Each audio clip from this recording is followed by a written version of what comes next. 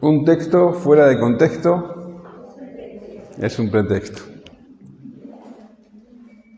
Esa es una norma básica de interpretación bíblica. No se puede extraer un pasaje, un texto, un versículo, sin tener en cuenta todo el hilo de argumentación que antecede al texto y lo que sigue a continuación. No se puede hacer eso porque, si sacás un versículo, 2 o 3, fuera de su contexto, vos podés decir a ese versículo prácticamente lo que querés. Incluso podés hacerle decir exactamente lo contrario a la intención que tuvo el autor al escribirlo.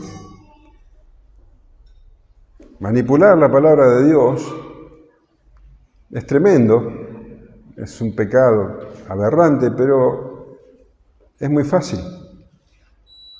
Es muy fácil deformar el sentido si uno tiene la mala intención. Y eso es precisamente el recurso de Satanás. Ese es el método de Satanás. Siempre fue así. El Señor Jesús dice en el Evangelio de Juan que Satanás fue homicida y mentiroso desde el comienzo, desde el principio. Y que cuando miente, lo hace desde su naturaleza, porque él es mentiroso. Es así, es como él actúa. Y en el huerto del Edén, vemos que él utilizó ese método con Eva.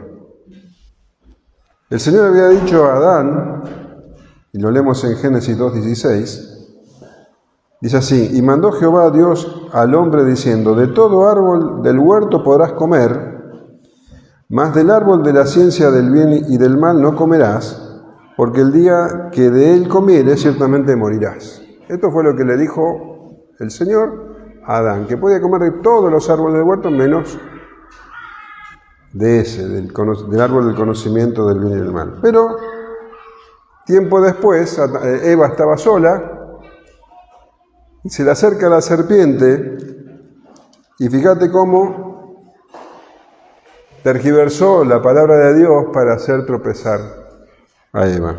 Génesis 3:1 dice: pero la serpiente era astuta más que todos los animales del campo que Jehová Dios había hecho, la cual dijo a la mujer: ¿con que Dios os ha dicho, no comáis de todo árbol del huerto? ¿Viste cómo lo tergiversó la palabra? ¿Con que Dios os ha dicho, no comáis de todo árbol del huerto? Así hace Satanás. Este es el método satánico. Y Satanás sabe que la mentira verdaderamente peligrosa es la que encierra un poco de verdad. Porque una mentira que no tiene nada de verdad es un mito, es una fantasía. Pero la mentira, para que sea peligrosa, tiene que encerrar algo de verdad. Y fíjate que trató de hacer lo mismo que hizo con Eva, con el mismísimo Señor Jesucristo en el desierto. Cuando el Señor comenzaba su ministerio. En Mateo 4:5 leemos: entonces el diablo le llevó a la santa ciudad y le puso sobre el pináculo del templo y le dijo: si eres hijo de Dios, échate abajo, porque escrito está: a sus ángeles mandará acerca de ti y en sus manos te sostendrán para que no tropieces con tu pie en piedra. Tuvo el descaro de citarle al mismísimo Señor Jesús el Salmo 91, tergiversando el sentido para que el Señor tropezara. Pero obviamente no pudo con el Señor Jesús y él, citando fielmente la Escritura, lo venció. Jesús le dijo, escrito está también, no tentarás al Señor tu Dios. Así que tergiversar la palabra de Dios es el método satánico para engañar. Y por consiguiente también es el método de sus seguidores, los falsos maestros. El apóstol Pablo había escrito a los Corintios, en la segunda carta, capítulo 11, versículos 14 y 15, diciendo, y no es maravilla porque el mismo Satanás se disfraza como ángel de luz, así que no es extraño si también sus ministros se disfrazan como ministros de justicia, cuyo fin será conforme a sus obras. Los ministros de Satanás se disfrazan de ministros de justicia, se hacen llamar apóstoles, se hacen llamar pastores, se hacen llamar evangelistas, profetas, pero son lobos rapaces. Son lobos rapaces, dice el Señor. Y hay que tener mucho cuidado de los lobos rapaces porque están disfrazados de ovejas. Entonces, parecen ministros de justicia, pero no lo son. Son mentirosos, son peligrosos, y el apóstol Pedro escribe en su segunda carta, capítulo 2, te la voy a leer de la Nueva Traducción Viviente, dice así, pero en Israel también hubo falsos profetas, tal como habrá falsos maestros entre ustedes. Escuchá, tal como habrá falsos maestros entre ustedes. Ellos les enseñarán con astucia herejías destructivas y hasta negarán al Señor, quien los compró. Esto provocará su propia repentina destrucción. Habrá muchos que seguirán sus malas enseñanzas y su vergonzosa inmoralidad. Y por culpa de estos maestros se hablará mal del camino de la verdad. Llevados por la avaricia, inventarán mentiras ingeniosas para apoderarse del dinero de ustedes. Pero Dios los condenó desde hace mucho y su destrucción no tardará en llegar. Entonces, dice que son astutos. Enseñarán con astucia herejías destructivas, basadas en la palabra de Dios, deformando, por supuesto, la palabra de Dios. Darán enseñanzas que parecen buenas, que parecen bíblicas, pero que son herejías destructivas. Hablarán con fingida pasión, con fingida autoridad, pero no provienen de Dios. No lo conocen, porque dice que incluso negarán al Señor.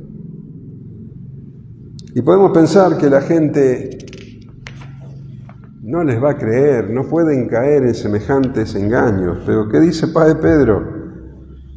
Habrá muchos que seguirán sus malas enseñanzas y su vergonzosa inmoralidad. Muchos, muchísimos, multitudes. ¿Y cómo? ¿Cómo pueden engañarlos? Porque son astutos, dice, porque son ingeniosos, llevados por la avaricia, inventarán mentiras ingeniosas para apoderarse del dinero de ustedes. Astutos, codiciosos, ingeniosos. Esa astucia, ese ingenio, usados para pervertir la palabra de Dios con el propósito de extraer el dinero de la gente. Son capaces de tergiversar la santa palabra de Dios. Judas dice, ay de ellos, porque han seguido el camino de Caín y se lanzaron por lucro en el error de Balaam y perecieron en la contradicción de Coré. Estos son manchas en vuestros ágapes, que comiendo impúdicamente con vosotros se apacientan a sí mismos, nubes sin agua, llevadas de acá para allá por los vientos, árboles otoñales sin fruto, 2 veces muertos y desarraigados, fieras ondas del mar que espuman su propia vergüenza, estrellas errantes para las cuales está reservada eternamente la oscuridad de las tinieblas, manchas en nuestras reuniones, suciedad, corrupción, se apacientan a sí mismos. No tienen nada bueno para dar. Son como nubes sin agua, como árboles sin frutos, como árboles muertos y desarraigados. Hablan de Dios, pero no lo conocen. Si lo conocieran, temblarían. Se llenan la boca del Espíritu Santo, pero no está el Espíritu en ellos, porque el mismo Judas dice en el versículo 19, estos son los que causan divisiones, los sensuales, que no tienen el Espíritu. Y es muy común que estos falsos maestros usen repetidamente ciertos pasajes para su beneficio. Generalmente son los mismos pasajes que predican. Pasajes que se pueden manipular con el propósito de traer dinero. Deuteronomio 28:13. El Señor te pondrá a la cabeza y no en la cola, y siempre estarás en la cima, nunca por debajo. ¿Escuchaste alguna vez ese versículo en boca de falsos maestros? Malaquías 3:10. Traed todos los diezmos al alfolí, haya alimento en mi casa, y probadme ahora en esto, dice Jehová de los ejércitos, si no os abriré la ventana de los cielos y derramaré sobre vosotros bendición hasta que sobreabunde. ¿Escuchaste alguna vez eso? Derramaré bendición, esas cosas encantan a la gente escuchar. Abriré las ventanas de los cielos. Qué lindo que suena. Multitudes atraen. Y es palabra de Dios, pero sacada de contexto. Mateo 17:20, porque de cierto os digo que si tuvierais fe como un grano de mostaza, diréis a este monte, pásate de aquí allá y se pasará y nada os será imposible. ¡Wow! Con un poco de fe, nada me será imposible. ¿A quién no le gusta escuchar eso? Multitudes.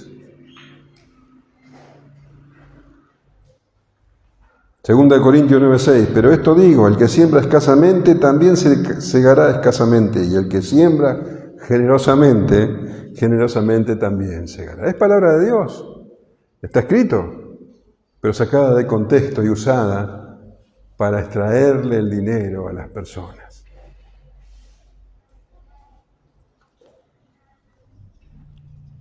Pasajes que se predican constantemente. Y hay uno, que es el que vamos a estudiar a continuación, que es uno de los más enseñados con respecto a las ofrendas. El pasaje de Lucas 21, que habla sobre la ofrenda de la viuda. Vamos a leer Lucas 21:1 al 4. Levantando los ojos, vio a los ricos que echaban sus ofrendas en el arca de las ofrendas. Vio también a una viuda muy pobre que echaba allí 2 blancas. Y dijo, en verdad os digo, que esta viuda pobre echó más que todos, porque todos aquellos echaron para las ofrendas de Dios de lo que les sobra, mas esta de su pobreza echó todo su sustento que tenía. ¿Cuántos sermones escuchaste sobre la ofrenda basado en este pasaje? Algunos con buena intención, otros directamente con la intención de arrebatar todo lo que puedan a la gente. Pero por lo general, con buena o con mala intención, este pasaje ha sido mal interpretado. Ahora, cuando leemos esto, lo primero que debemos preguntarnos es, Este pasaje enseña algo sobre la manera en que se debe ofrendar.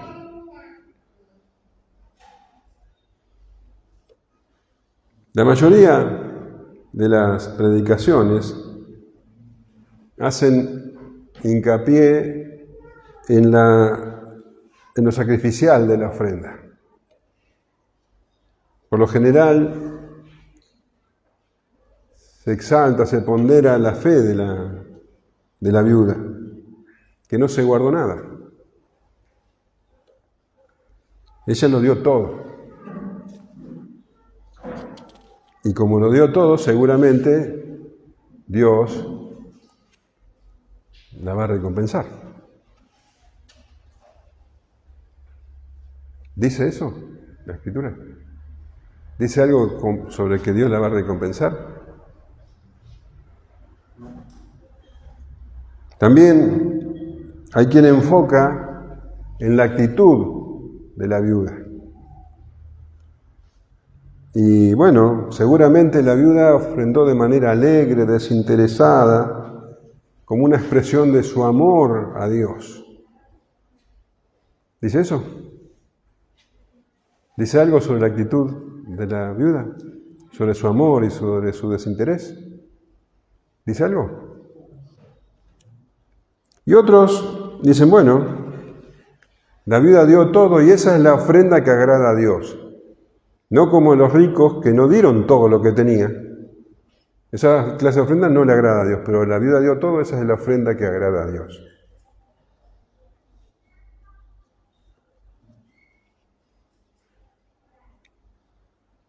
¿Qué te parece a vos?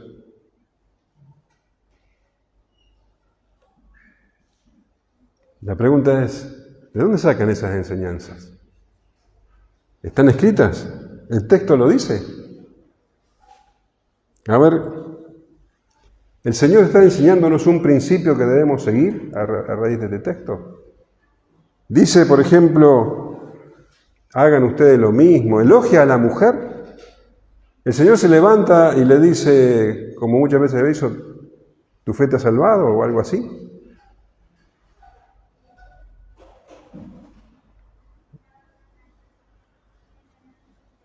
¿Condena a los ricos que no dan todo lo que tienen?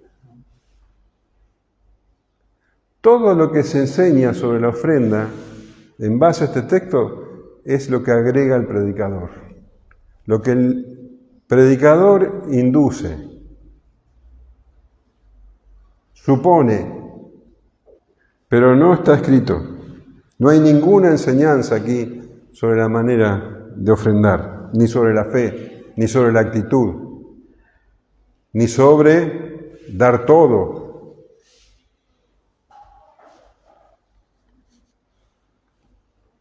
El Señor nos está enseñando sobre las ofrendas.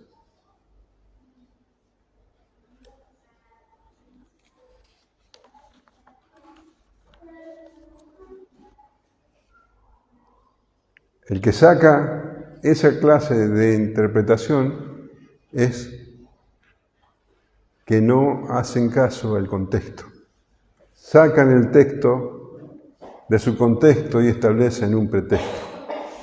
Yo quiero decir que la actitud con que doy es importante, uso este pasaje. Yo quiero decir que hay que dar generosamente, puedo usar este pasaje. Yo quiero decir que hay que darlo todo hasta la última moneda, que tenés que vaciar tus bolsillos y vaciar tu cartera. Uso este pasaje, pero todo es sacado de contexto, porque la palabra de Dios no dice nada sobre eso. Como toda porción de la Escritura, es necesario entender el contexto. Y debemos recordar el contexto. Lo conocemos. El Señor Jesús está transitando su última semana del ministerio terrenal.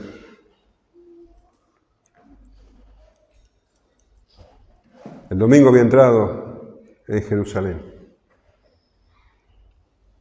La gente lo aclamaba, pero lo aclamaba por motivos erróneos.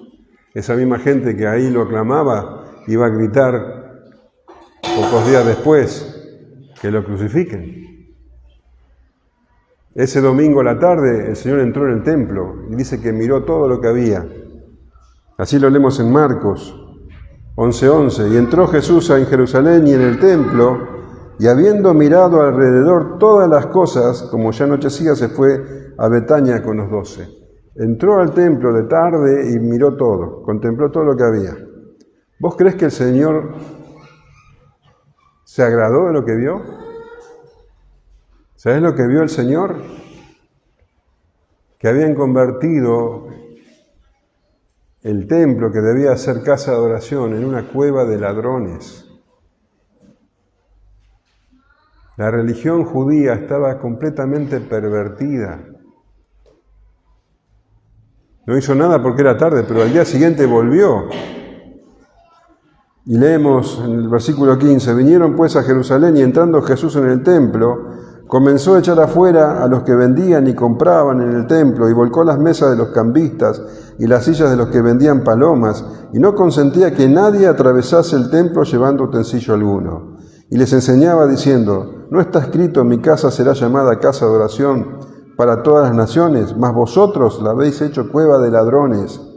Y lo oyeron los escribas y los principales sacerdotes y buscaban cómo matarle, porque le tenían miedo por cuanto todo el pueblo estaba admirado de su doctrina. En eso se había transformado la religión judía, en un sistema legalista, corrupto, cuyos líderes se enriquecían a costas del pueblo. Y esos escribas y sacerdotes que se llenaban sus bolsas con el dinero de la gente, solo estaban interesados en sus privilegios, en sus ganancias. Ellos deberían enseñar a la gente sobre los asuntos de Dios. Ellos eran los que conocían la ley, que interpretaban las Escrituras. Pero nada de eso les importaba. Solo sus privilegios y sus ganancias. ¿Y sabes qué? Ahí estaba el Cristo en persona. El Hijo de Dios, el Mesías prometido por las profecías. ¿Y qué querían hacer estos escribas y estos sacerdotes? Querían matarlo, porque este Cristo no era lo que ellos estaban esperando, no era como ellos querían. Este Cristo era un peligro para ellos, para su sistema de vida.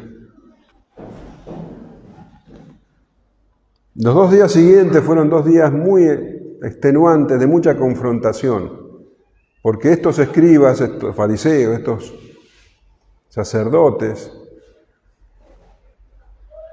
vinieron a Jesús con preguntas tramposas, fingiendo interés, para hacerlo caer en contradicciones o en algún error, para poder acusarlo delante de las autoridades romanas o delante del pueblo judío.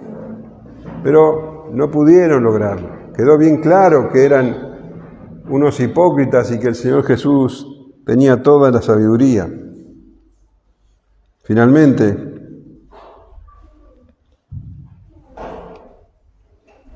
estos religiosos dejan ya de preguntarle al Señor y el Señor se queda con sus discípulos y con la multitud. Y va a decir el Señor las últimas palabras al pueblo, a la multitud. Y esas últimas palabras son muy significativas, porque hablan de los falsos maestros. Guárdense, dice, de los escribas. Cuídense de ellos, porque son capaces de cualquier cosa. Son tan bajos, tan codiciosos, que son capaces incluso de despojar a las personas más pobres, a las viudas, por ejemplo. Y ese es el contexto anterior al pasaje que estamos leyendo. El contexto posterior es que el Señor va a hablar del juicio a sus discípulos, va a hablar del juicio que va a venir sobre la nación de Israel. Así que te propongo que leamos el mismo pasaje, pero dentro del contexto inmediato. ¿Qué te parece? Vamos a comenzar a leer Lucas 20:45 y vamos a terminar en 21:6. El pasaje en el contexto es así. Y oyéndole todo el pueblo dijo a sus discípulos: guardaos de los escribas que gustan de andar con ropas largas y aman las salutaciones en las plazas y las primeras sillas en las sinagogas y los primeros asientos en las cenas, que devoran las casas de las viudas y por pretexto hacen largas oraciones. Estos recibirán mayor condenación. Levantando los ojos, vio a los ricos que echaban sus ofrendas en el arca de las ofrendas, y vio también a una viuda muy pobre que echaba allí 2 blancas. Y dijo: en verdad os digo que esta viuda pobre echó más que todos, porque todos aquellos echaron para las ofrendas de Dios de lo que les sobra, mas esta de su pobreza echó todo el sustento que tenía.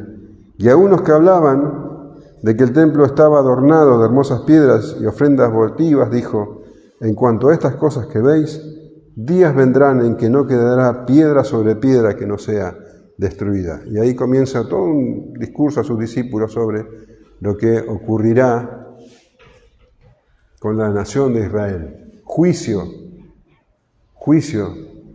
porque no conocieron, después lo vamos a ver, el momento de su visitación. Juicio por esta actitud de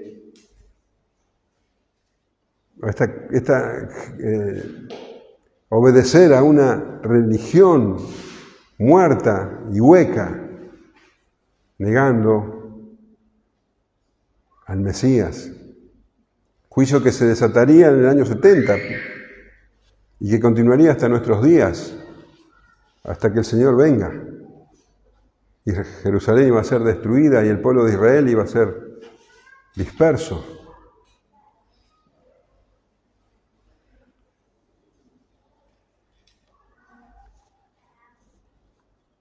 Esa advertencia que el Señor hizo sobre los falsos maestros, sobre los escribas, fue lo último que habló en público. Ya no habrá más llamado de arrepentimiento a partir de ahí.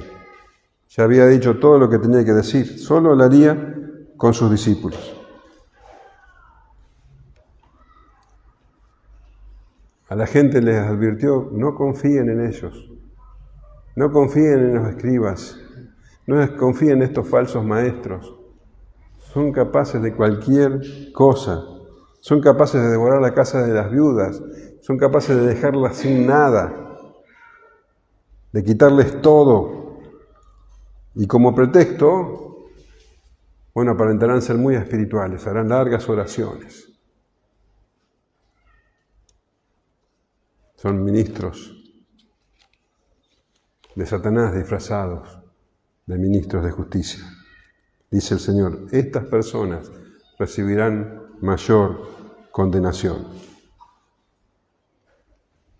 El Señor estaba inmensamente triste. Estos días eran días de hondo pesar para el Señor Jesús. Acordate que antes de entrar a Jerusalén, el Señor lloró. El Señor lloró. Lucas 19:41 nos cuenta: y cuando llegó cerca de la ciudad, al verla, lloró sobre ella diciendo: oh, si también tú conocieses, a lo menos en este tu día, lo que es para tu paz. Mas ahora está encubierto de tus ojos, porque vendrán días sobre ti, cuando tus enemigos te rodearán con vallado y te sitiarán, y por todas partes te estrecharán y te derribarán a tierra, y a tus hijos dentro de ti, y no dejarán en ti piedra sobre piedra, por cuanto no conociste el tiempo de tu visitación. Ahí estaba el Cristo, el Mesías, el Hijo de Dios, y ellos no lo conocieron. A lo suyo vino y los suyos no lo recibieron. Esto iba a traer juicio sobre Israel. La religión judía era una religión de obras, una religión corrupta, y sus líderes eran corruptos.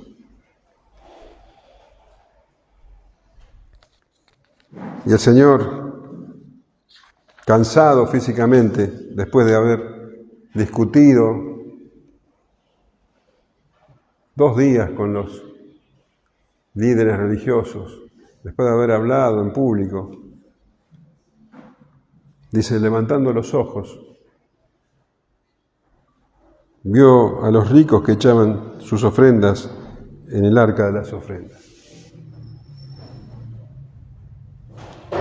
Nos cuenta Marcos que el Señor estaba sentado, dice, delante del arca de las ofrendas, Marcos 12:41, y miraba cómo el pueblo echaba dinero en el arca y muchos ricos echaban mucho. El Señor estaba sentado, dice, cerca del arca de las ofrendas. El arca de las ofrendas estaba ubicado en el atrio de las mujeres. Yo la otra vez te describí un poco cómo era el templo. Estaba el atrio de los gentiles, un patio enorme, muy, muy grande. Dentro de ese patio había otro patio que solamente tenían permitido entrar a judíos, mujeres y hombres, que se llamaba el atrio de las mujeres, pero era muy grande también. Ahí es donde se concentraba la mayor cantidad de gente. En el atrio de las mujeres estaba el arca de las ofrendas.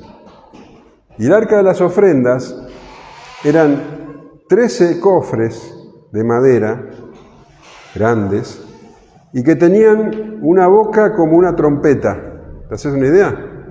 Tenían el cofre de madera y arriba una boca de trompeta de metal. Entonces la gente cuando ponía las monedas, las ofrendas, el metal sonaba. Y el Señor estaba viendo eso. Veía cómo la gente hacía cola, porque imagínate que era la Pascua. En el tiempo de la Pascua, muchísima gente, miles y miles de personas que venían de todos lados, tenían que hacer fila para tirar sus ofrendas.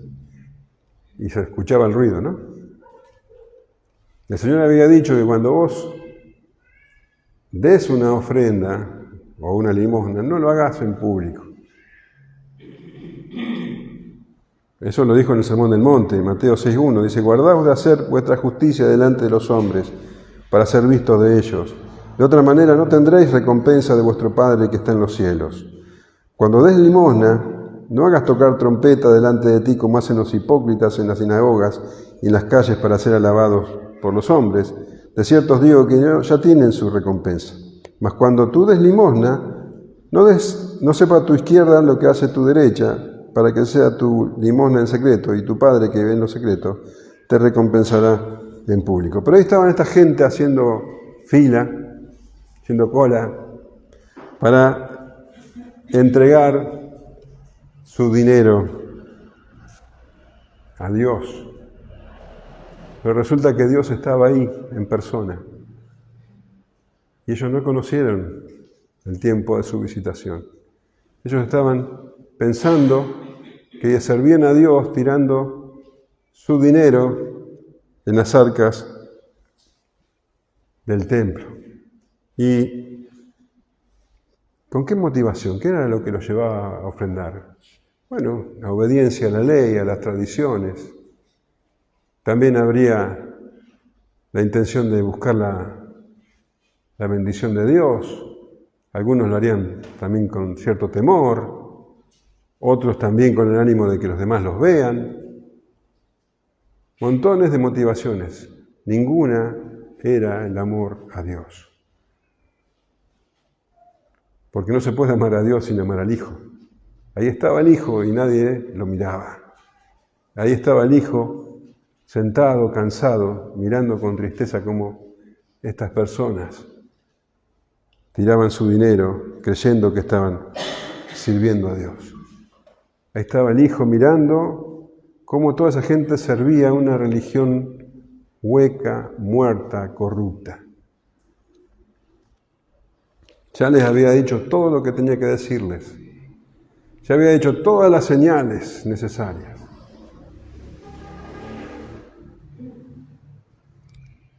El juicio estaba cada vez más cerca. Y el Señor lo sabía. Y dice que Él miraba a los ricos No te hagas la idea de que eran riquísimos. Ricos se refiere a personas que tenían lo necesario para vivir, que podían ofrendar y seguir teniendo dinero. Y dice que ofrendaban mucho los ricos, que era lógico. Pero lo que más le llamó la atención no fue eso, sino una viuda pobre. Dice, y vio también a una viuda muy pobre que echaba allí 2 blancas. Ahora, te voy a hacer una pregunta. ¿Vos te parece que el Señor, al ver a esa viuda echar esas 2 monedas en el ofrendero, vos pensás que el Señor se puede haber puesto contento de ver eso?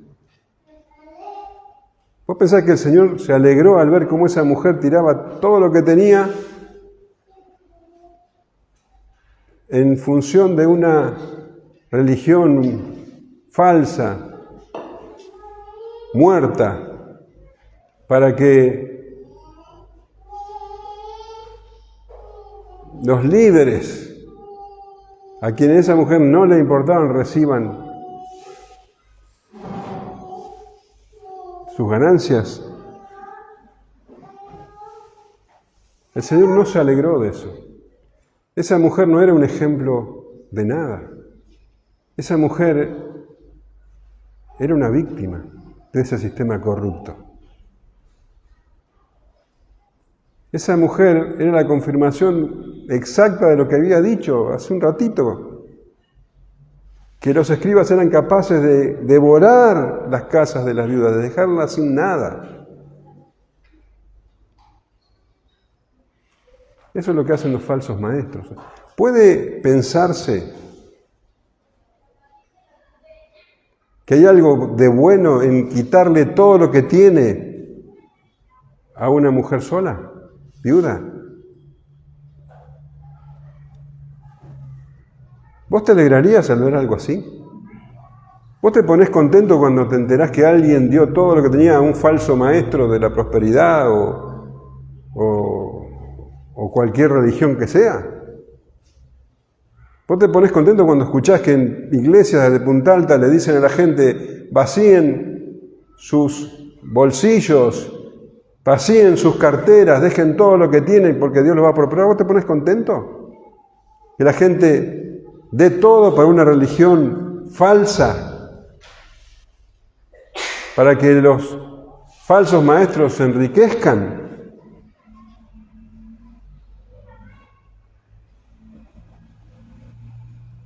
Y de esos hay en todos lados. Ya lo dije el domingo pasado, en Bahía Blanca hay miles y en Punta Alta hay montones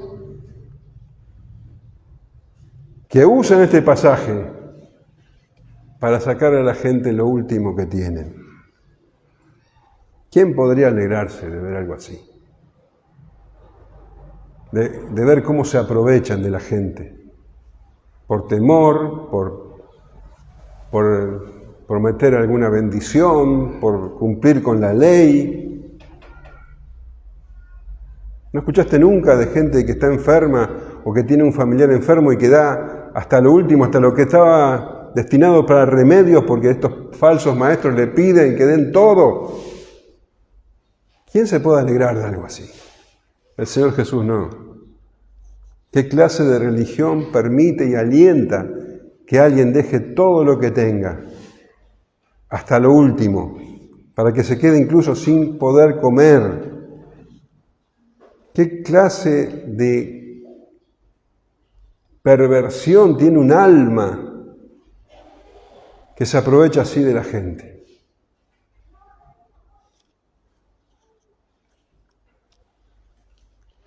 Si hay una lección en este pasaje, y la hay, es que el Señor está mostrando a sus discípulos hasta qué grado de corrupción llegó la religión judía, la religión vacía, la religión por obras. Por eso dice el versículo 3, y dijo a los discípulos, en verdad os digo que esta viuda pobre echó más que todos, porque todos aquellos echaron para las ofrendas de Dios de los que les sobra, maestra, de su pobreza echó todo el sustento que tenía. El Señor le dice, ¿ven lo que les decía hace un rato? Miren, echó todo lo que tenía, todo, lo último que tenía para comer.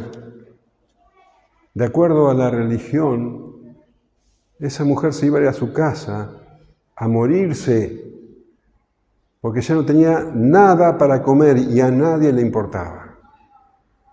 ¿Qué clase de religión es esa? No es la verdadera religión. Esa no es la verdadera religión. La verdadera religión no se aprovecha de la gente, no se aprovecha de los necesitados, los cuida. Santiago 1:27 dice, la religión pura y sin mácula delante de Dios, el Padre, es esta, visitar a los huérfanos y a las viudas en sus tribulaciones y guardarse sin mancha del mundo. La verdadera religión cuida, no se aprovecha, no despoja. La verdadera religión tiene que ver con el amor. Eso fue lo que dijo el Señor un rato antes al escriba que le preguntó cuál era el principal mandamiento. Amarás al Señor tu Dios con todo tu corazón y toda tu alma y con toda tu mente. Este es el primero y grande mandamiento, y el segundo es semejante, amarás a tu prójimo como a ti mismo. De estos dos mandamientos depende toda la ley y los profetas, amar a Dios y amar al prójimo. De eso se trata la verdadera religión. De eso se trata el cristianismo.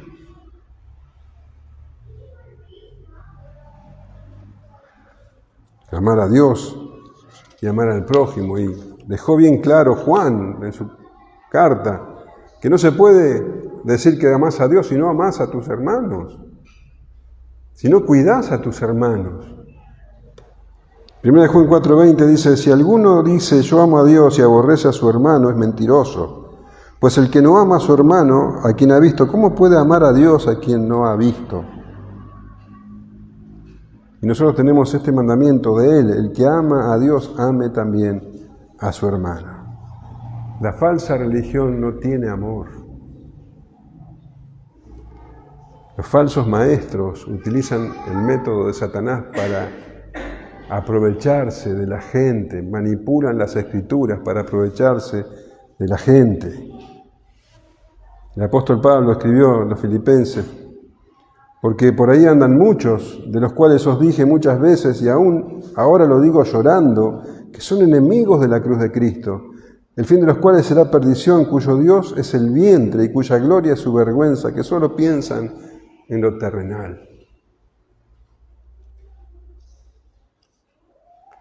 El Señor en su último discurso público dijo, cuídense de los falsos maestros, cuídense de esa gente, no confíen en ellos, son capaces de cualquier cosa, son codiciosos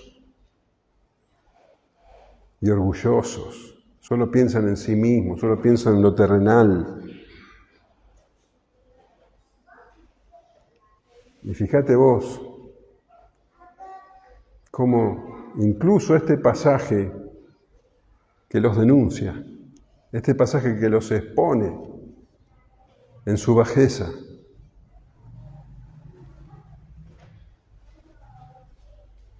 está siendo usado hoy justamente para lo contrario, para despojar a la gente y quitar hasta lo último que tiene. ¿Sabes qué dice el Señor sobre estas personas? Que ellos recibirán mayor condenación. Devoran las casas de las viudas y por pretexto hacen largas oraciones. Estos recibirán mayor condenación. Amén.